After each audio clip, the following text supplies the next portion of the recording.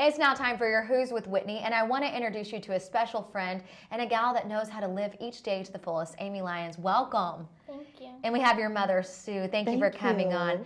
So Sue, tell us what type of cancer Amy has. It was a brainstem that had spread to her spine. It was called ependymoma. Ependymoma. When did you find out that you had ependymoma? I was in second grade. I was 8 years old.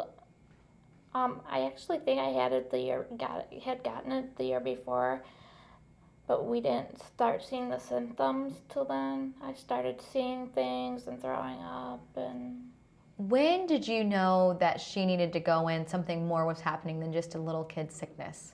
Well, at first I thought she just had a really bad virus, that she wasn't kicking, but then like we would be walking and she would just fall. She would just drop. Or she was seeing things that weren't there. I was driving the car one time. She's like, "Mom, watch out for that dog in the road." She was getting hallucinations. Wow. So I was like, "Oh my God, what is wrong?" Like I knew something was really wrong, but never would I have imagined. When did you find your way to St. Jude? When the hospitals here gave up on her. They sent her home. We went to 3 different hospitals. They sent her home and said, "Make the most of the time that she has left," and they thought it was 3 months. Wow. And that was how many years ago?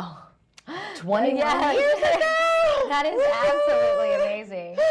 Yes, that's why we celebrate everything, don't we?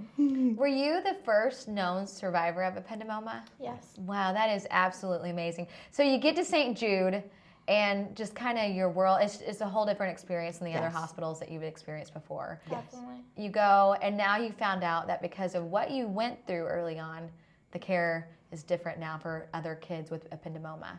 Are there now other survivors? Yes. Oh. And, just as technology has evolved, medicine has evolved. I mean, in '94 when Amy got sick, we didn't have a cell phone to call home. At night we used to have a calling card, and you'd have a time to call. And so the St. Jude now has a proton beam therapy, and it's a precise radiation beam that hones just on the tumor.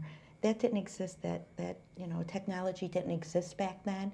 So really, as Marlo Thomas often said, we had to throw the kitchen sink at Amy. She had radiation twice a day. Wow. And they had to radiate her full brain and spine. And we knew there were going to be long-term side effects, but they saved her life. But look at her here today. They saved her life. Oh. What would you want to tell our viewers at home that are maybe struggling with something?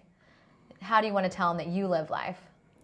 To always either look at the silver lining or to try to turn things around and look at the good side of things. You are such an example of that. Well, thank you both so much for coming on. Thank you. Who's next? For more information, check out WhitneyReynolds.com or get social with us. Twitter @Whitney Reynolds or on Facebook, The Whitney Reynolds Show.